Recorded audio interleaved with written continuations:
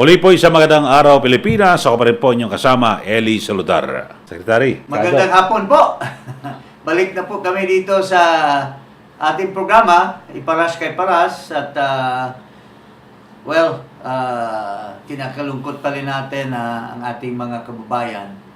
Despite the fact na ang Department of Agriculture ay nagbigay ng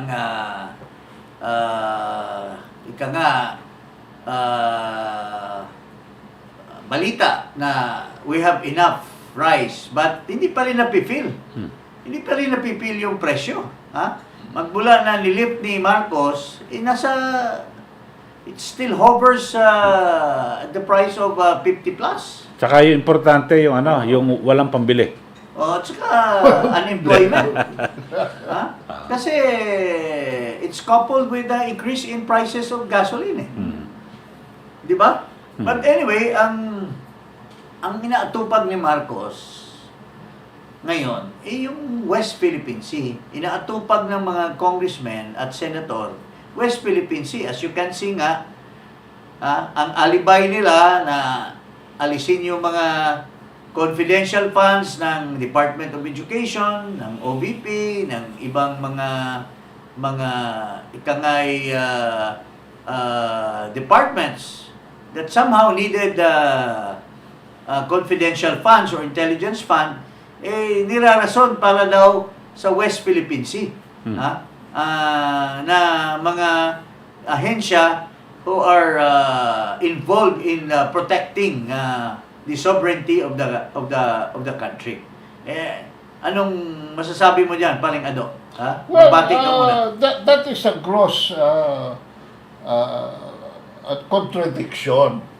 Kasi ito palang confidential fund ni Sara ay para sa preparatory military training at saka sa Reserve Officers Training Corps to constitute the reserve force ng ating military to protect our territory in a more concrete and organized manner.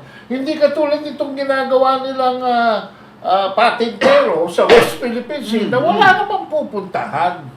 So, these people are contradicting themselves and they're only politically motivated. This brings us to the comment of Tiglao na in his column na certain senators, he considered them as ignoramus.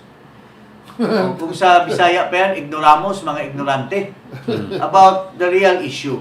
Except probably, ang tingin ko lang doon sa hearing, ang sensible lang doon yung Robin Padilla at yung of all people, Robin Padilla and Bato de la Rosa.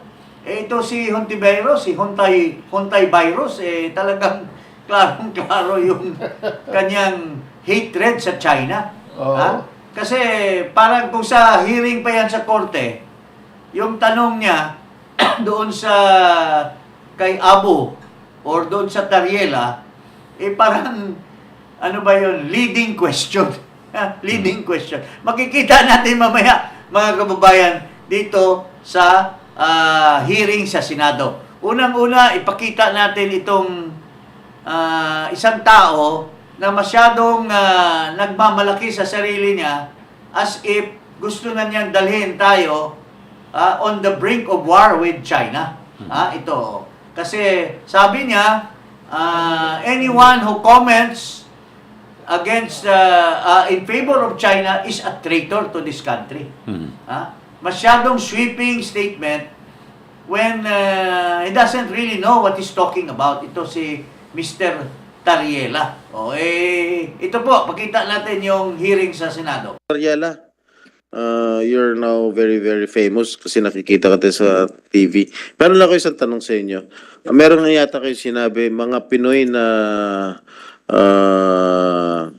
kumakampi sa mga aksyon ng China, mga traidor sa bayan. Totoo ba yan? Meron ho kayo sinabing ganon?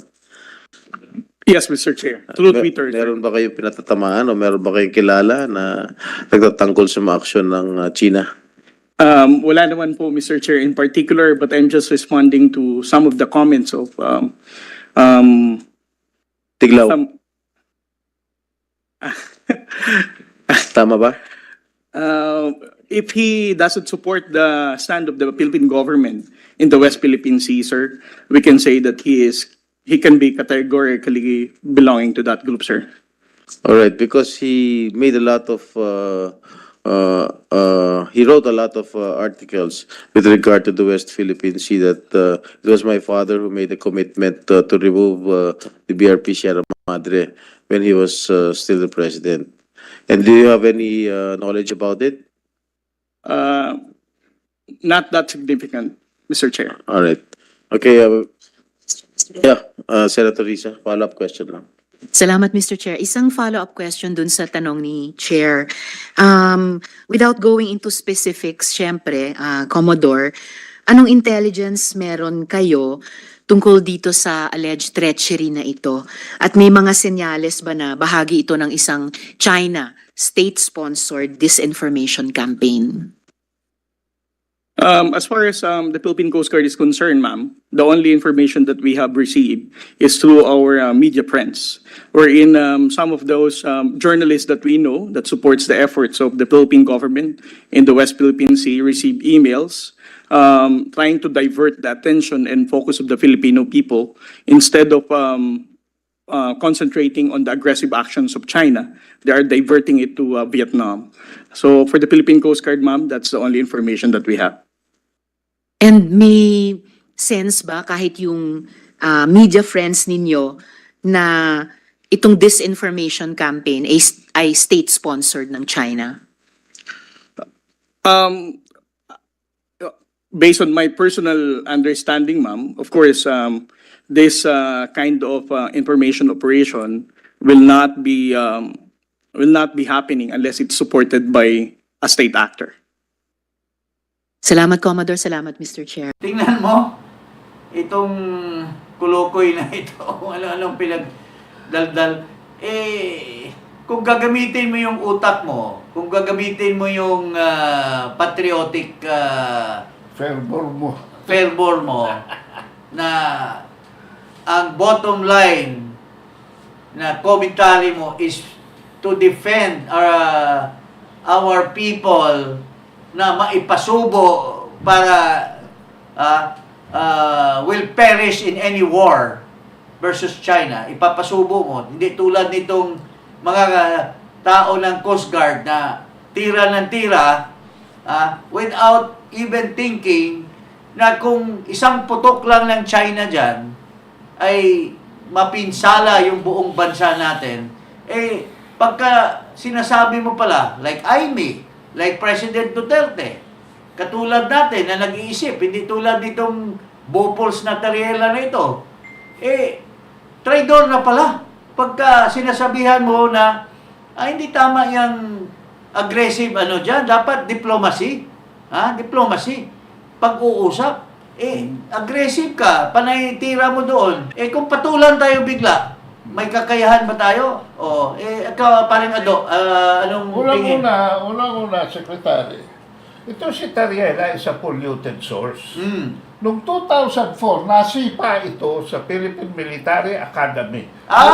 You know for what? Cheating in an examination sa Management Information System. Kaya pala ngayon, masyadong pumapapel para to erase his slur as a Filipino. Pangalawa, nung tinanggap niya sa Coast Guard, hindi makasundo yung kanyang commandant, nagpa-assign niya sa Japan, doon sa GRIPS Scholarship, sa Tokyo, at saka sa Hiroshima, no? Sa Yokohama, no? For the Japanese Navy. Kaya ito si Tariela is an asset of the Japanese-US intelligence. No? And I can prove that. I can prove that. You know why? Ano pala ito? Bayaran pala ng Hapon at Kano. By his own admission. Tapos ipapasubo ang mga Pilipino. Yes. So, Kasi may iba palang agenda itong kumag na to. by his own admission. Is that ganun ka ba, Tariela?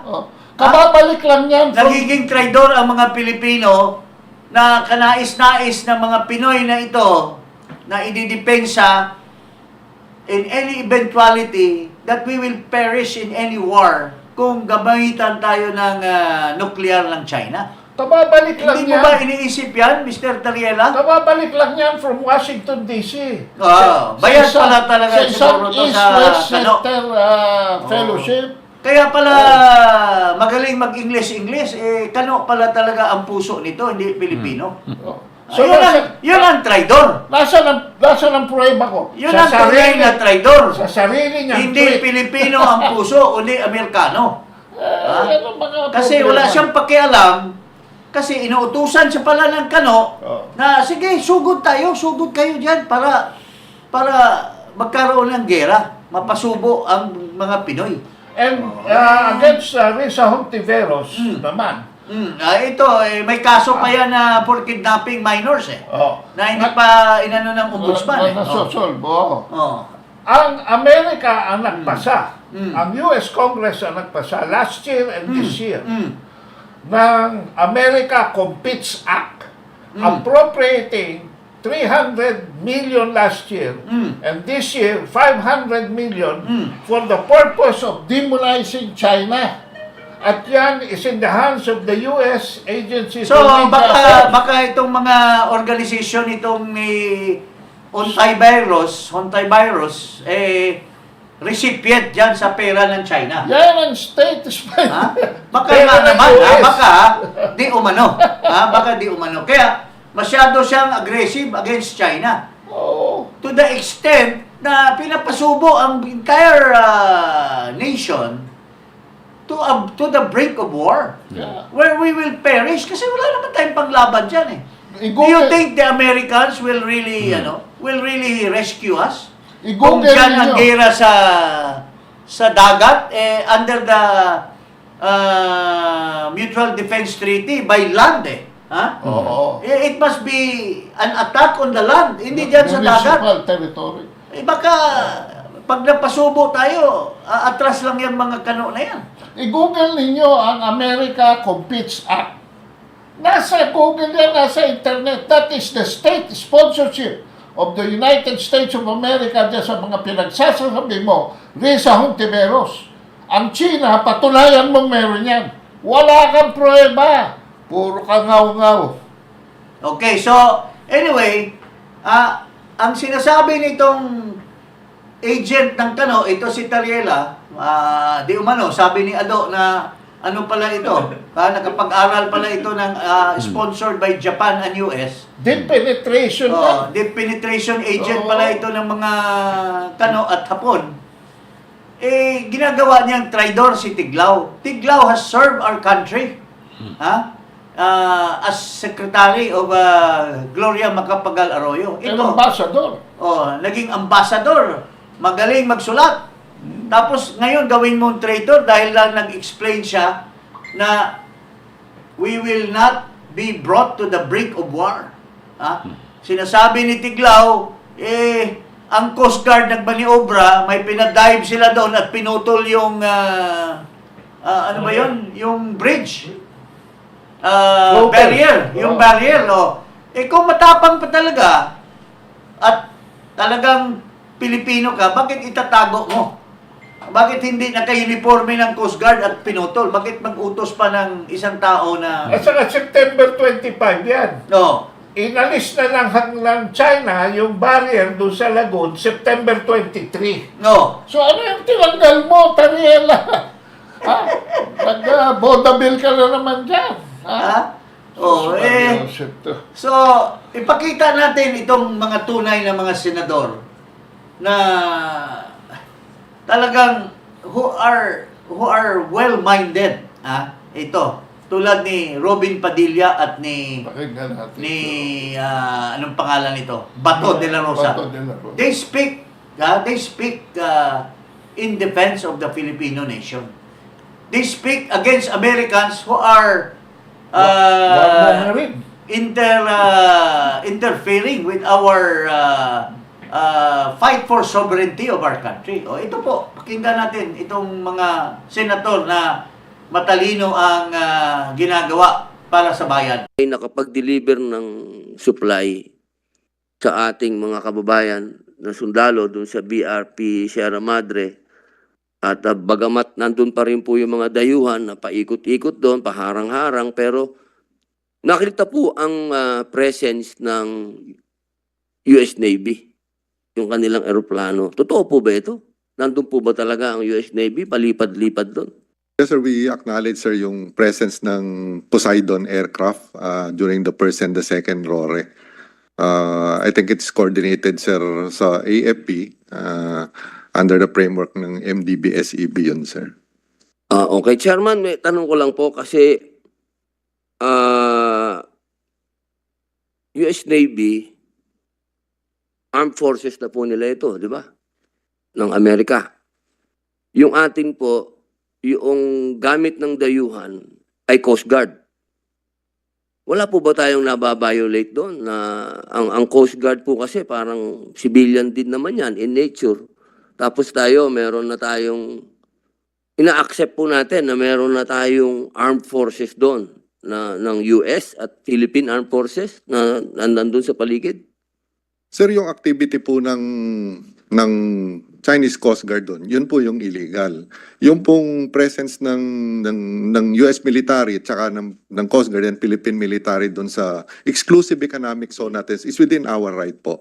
Meron po tayong MDT. Wala pong question doon, Chairman. Wala pong question doon kung sino yung illegal doon. Ano, ang sinasabo po natin sa Act of War. Wala naman. Hindi po ba yun parang tayo halimbawa, ang itinapat sa atin ay civilian lang, ang tinapat natin ay armed forces na. Hindi ba po yun parang one step forward tayo? Ang sinasabi ni Senator Robin, hindi ba kaya yung interference ng Amerika by supporting the activity of the Coast Guard ay mayroong cover ng isang US military plane. Poseidon, hindi ba kaya in tandem na yan sa Pilipino? Anong sagot nito? Nitong taga-DND? Ano po yan? In coordination with the armed forces and the NDSF or something? O inadmit niya na talagang it's a military operation. Tapos sabi ni Robin, hindi ba violation yan? Kasi ang Coast Guard, yun lang dapat ang on their own, being the civilian representative of the country. Pero kung mayroong American plane at ang sagot nitong taga DND ay mayroong ugnayan with the armed forces para suportahan niya. So, it's actually a military operation. It's no longer a civilian operation. Di ba, pare? Ikaw, Eli, anong tingin mo? Pero yung Coast Guard dito sa Pilipinas, eto civilian to, di ba? Pero yung sa China, yung Coast Guard nila military rin yun Walang kinalaman yan.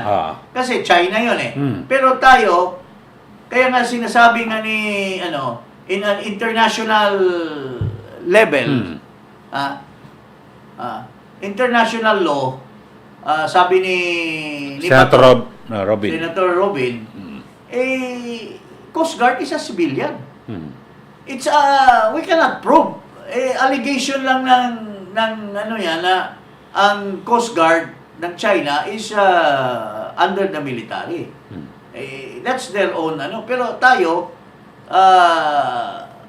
inadmit na natin na military na kasi may US. May backup ng US. May backup ng armed forces because it's a program ng US and armed forces backing up the So it's an admission in a way. Now, kung by any chance nagkabanggaan yung dalawa at nagkaputukan, gera na kaagad yun. Kasi nandun yung US Gera na kaagad yun. Okay. Pero pagka nagkagera, okay, patuloy natin, Kasi Yung hearing. maganda yung usapan dyan Ano po ba yung klaro sa inyong Act of War? Pati ba paliwanag niyo sa amin? Armed attack po yung as defined po ng Article 51 po ng United Nations. Klaro Di po ba yung civilian ho yun? Civilian ng Coast Guard. sa Umaaligid-aligid yung sa armed organisasyon forces. po ng PLA Navy, yung Coast Guard po is under po ng PLA po yon, pati po yung mga Chinese militia vessel.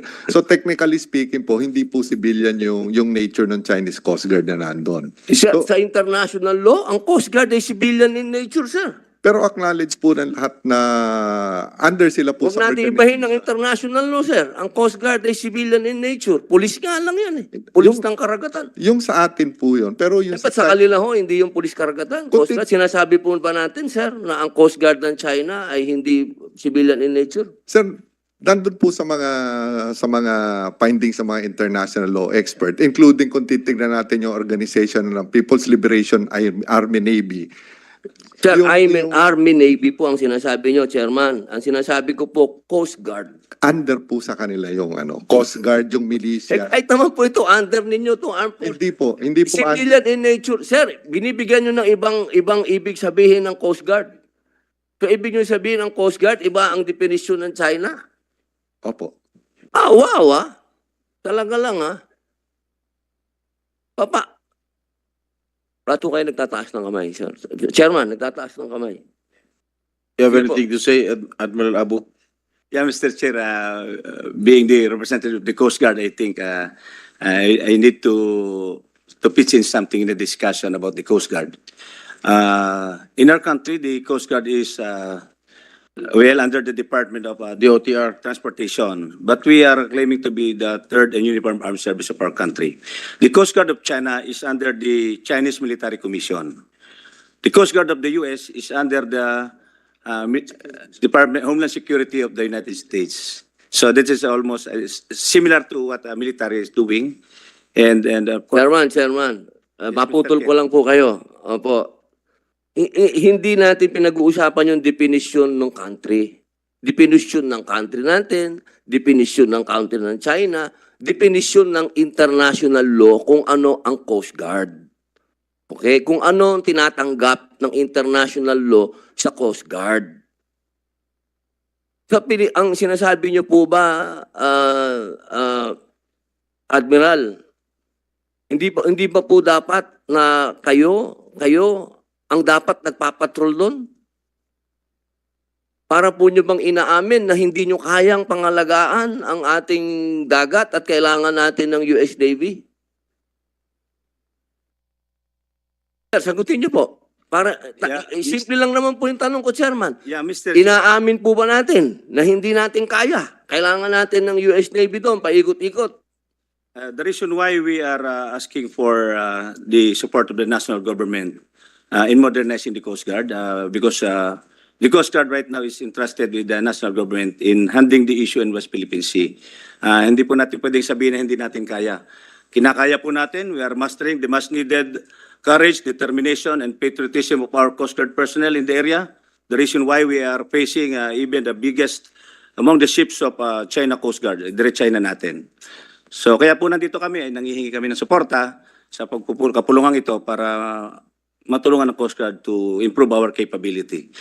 Now, in terms of, may I add, Mr. Chair, in terms of the definition of the Coast Guard based on international law, there is no exact and precise definition that the Coast Guard is not, is a civilian.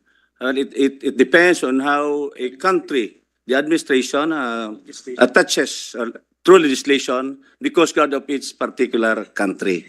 So wala pong exact definition sa international law na tayo ay civilian. That's all, Mr. Chair. Chairman, wag natin masyadong, kasi mahirap yan eh. Dina-justify natin sa buong mundo may Coast Guard. Okay? Sila ang nagpupulis ng dagat. Ang armed forces, andyan yan paggera na. Wag natin ibahin eh. Kasi na tayo eh. Ang hirap naman natin na para naman tayong yan eh. Hindi naman kayo ang re-respond. Nangyari na po yan sa Scarborough Show. Sa panahon ng administrasyon dati. Alam naman po natin yung nangyari dyan. Nung naglabas kayo ng gray ship, naglabas na rin ng gray ship ang China, kaya nga nagkaroon ng standoff dyan eh. Matuto din po tayo sa nangyari. Hindi naman po pambihira naman mga kapatid ko. Ang sinasabi ko lamang po, at gusto ko lang malinawan ng lahat, inaamin ba natin na kailangan na natin ng Amerikano dyan? Yun lang naman po eh. Simple lang. Yun po ba? Andun na po ba tayo? One step na po ba tayo forward, mga kapatid? Mga kasama namin sa armed services. Yun po ba? Talaga po bang eto na tayo? Nandito na tayo. Kasama na natin sila. Nandyan na sila.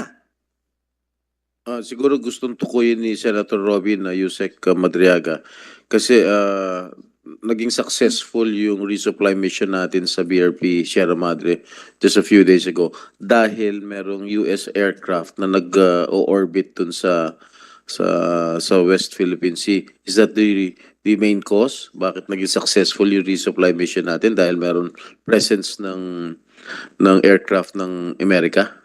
Kasi kung wala, ang siguro ang gustong tanongin ni Senator Robin, kung wala ba yung presence na US aircraft doon, hindi magiging successful yung resupply mission natin sa BRP Sierra Madre.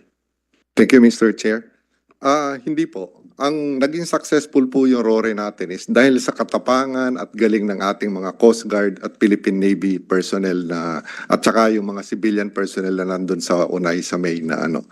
Yung presensya po ng Amerikano doon is tulong lang po yun sa maritime domain awareness at parang may eye in the sky na nanonood ng buong pangyayari. Did we request the presence of the US aircraft there? May coordination po sa AFP but kahit po pala yung Sino tayo bang humingi ng tulong o sila nag-volunteer? anong coordination at pwede pong tawagin si J3 pero pwedeng sagutin po.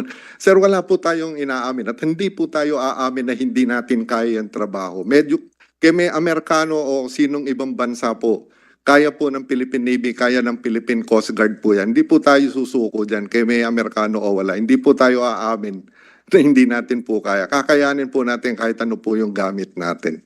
Huwag nating aminin. hindi natin inaamin na may kakayahan ba tayo o hindi. Ano ba sinasabi niya? Ano? Ano raw, kinakaya. Kinakaya natin. Kinakaya. Kahit hindi kaya. Alam mo, maski hindi kaya, kinakaya natin. Huwag nating aminin na hindi natin kaya. And that's a false pretense, Mr. Madriaga. Pinapahamak mo ang bansang Pilipino by false pretending. Nakakayanin natin at nagkagera na, pinapasubo nyo dahil na sa mga mali-mali nyong desisyon dyan, dahil you pretend na nakakayanin, dahil deep inside nyo, magyayabang kayo.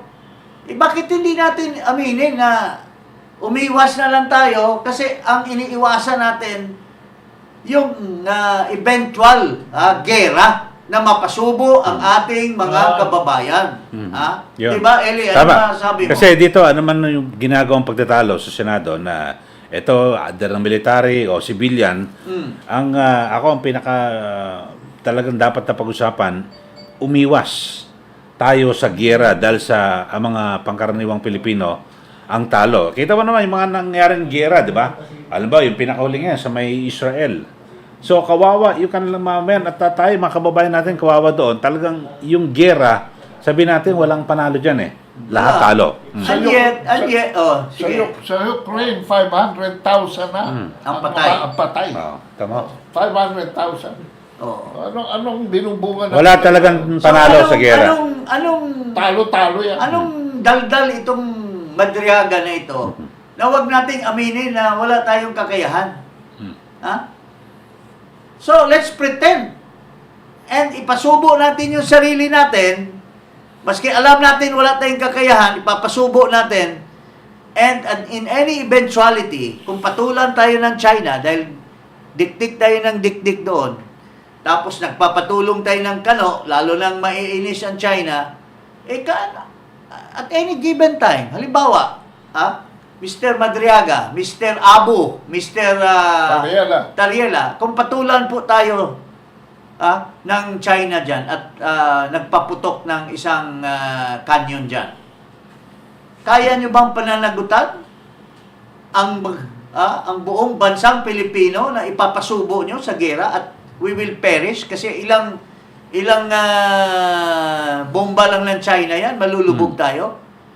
Alam mo, My Secretary, God naman. budget hearing kasi And by, yan eh. by saying this, Budget by hearing. saying the reality, and by preventing war, and by preventing the perish of our people, you will accuse us of being traitors.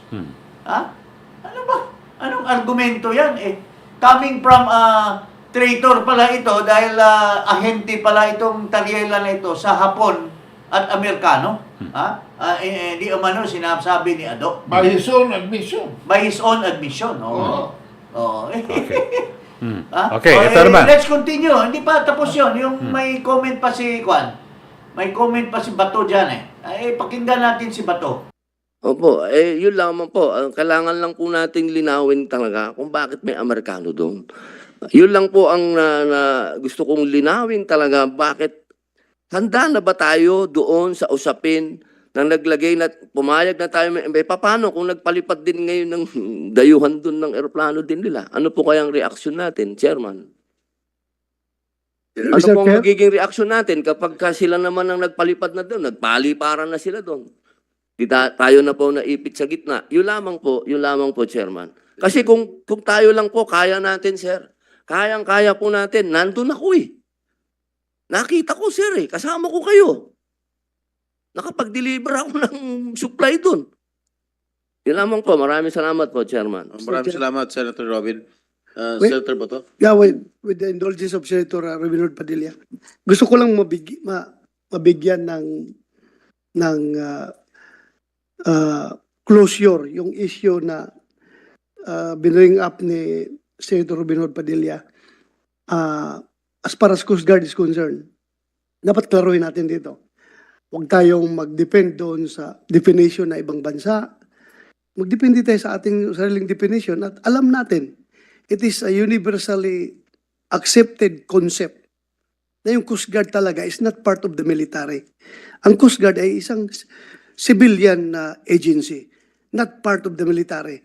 Kasi mahirap kung magbigay tayo ng gray area for them to misinterpret, overinterpret, or underinterpret. Baka mamaya, diyan magsimula yung problema natin. Kaya gusto ko lang klaruhin yung sinabi ni Senator Reynald Padilla, na talaga, ang Coast Guard, as far as we are concerned, is civilian in nature. Civilian talaga ang Coast Guard, hindi yan military. Kaya nga kayo ang ginagamit dyan sa West Philippine Sea para hindi masyadong aggressive ang dating because we are using your white ships, not the gray ships of the Navy. Diba?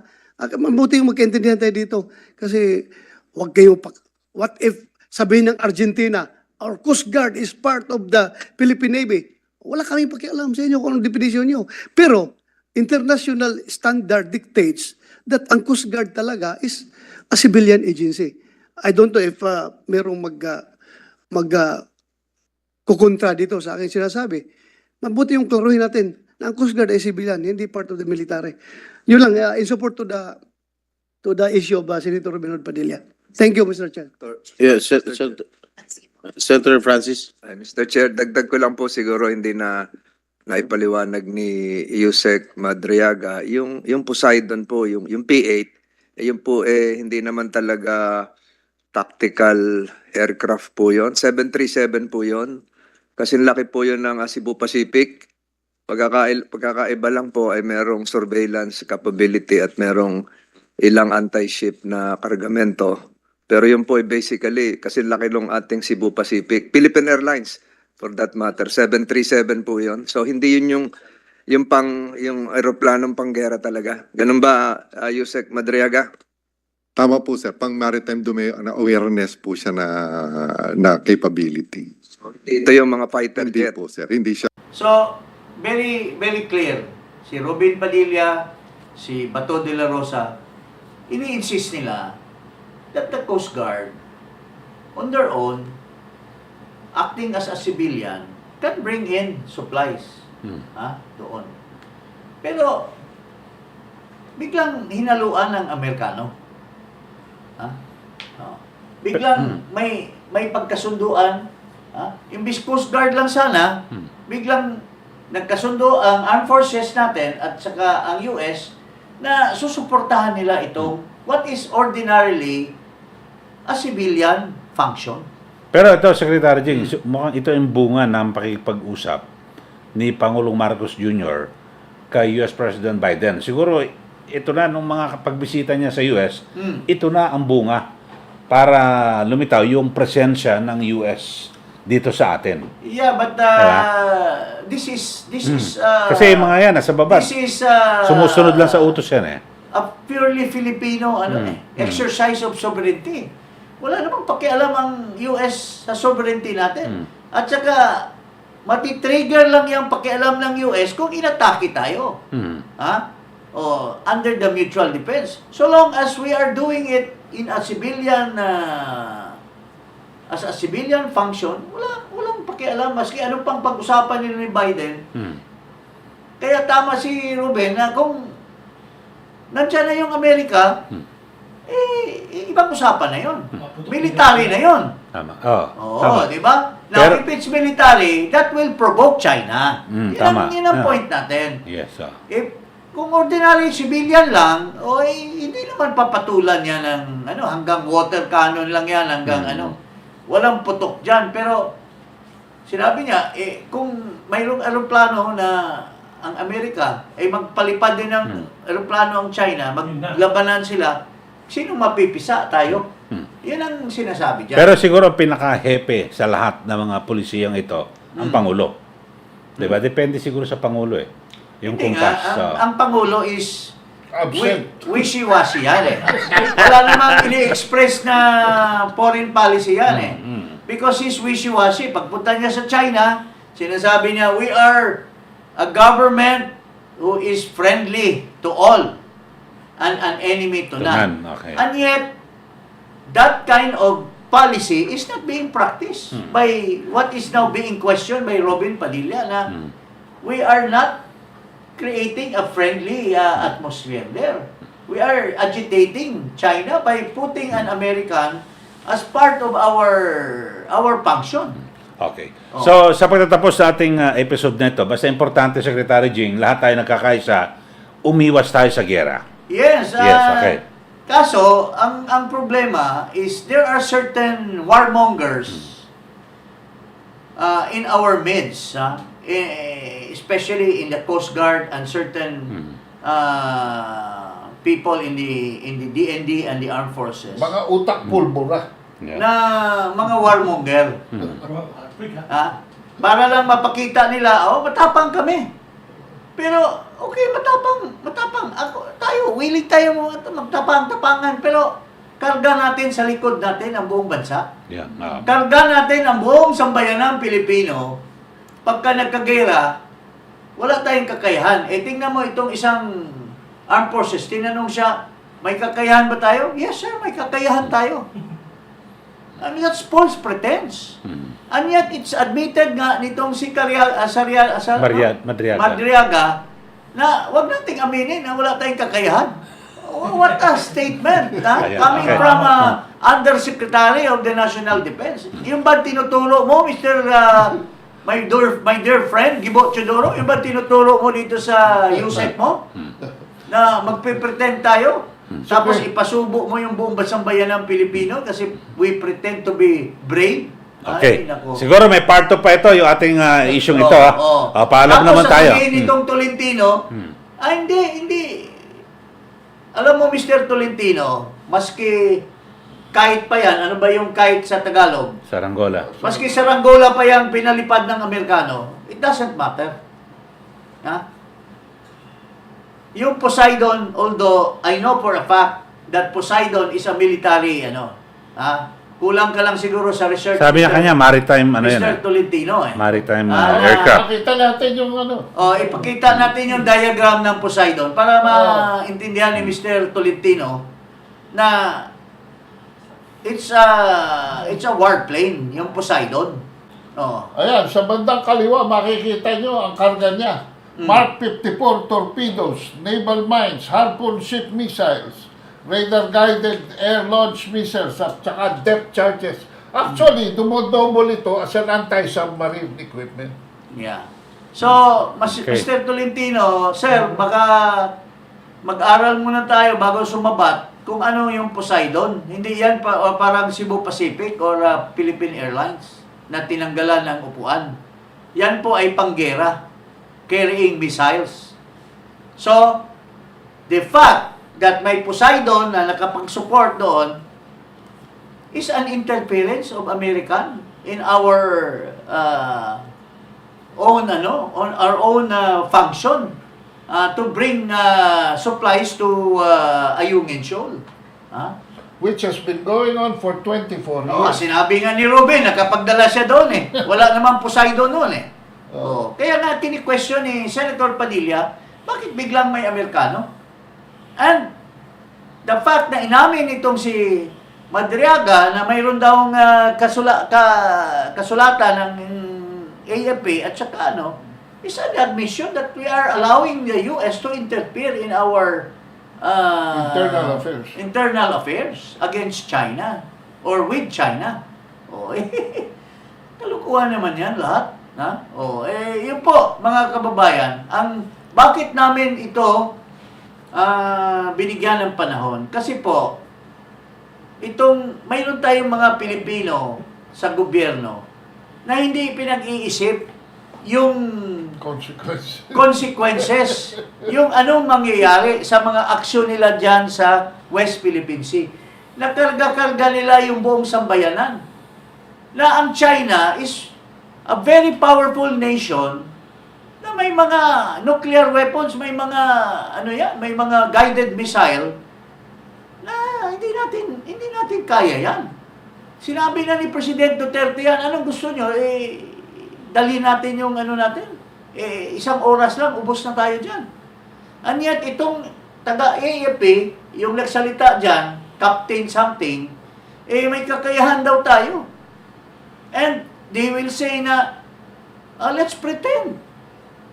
Huwag tayo mo umamin na wala tayong kakayahan. My goodness. Budget hearing kasi. Is that the instruction of Gibo Chodoro to you, Mr. Yusek? Sir, wag naman sana, sir, na ipasubo mo yung buong sambayanan. Kami po, we are defending our nation, our people. Just like Governor Governor Mamba. Manuel Mamba. Was very emotional about it. Kasi ayaw niyang ma-perish yung mga tao sa Cagayan. Yun po. Pero kayo, pinapasubo nyo ang ating Pero kung mag-comment ka, biglang sasabihin sa'yo, mga traidor, sabi nitong, at the end of the day, siya pala ang traidor dahil hinti pala siya ng Amerikano at saka Hapon. Di umano. Itong si good-looking, very handsome guy from Coast Guard by the name of Tariela. Yun po, mga kababayan. Magandang hapon po sa inyo lahat.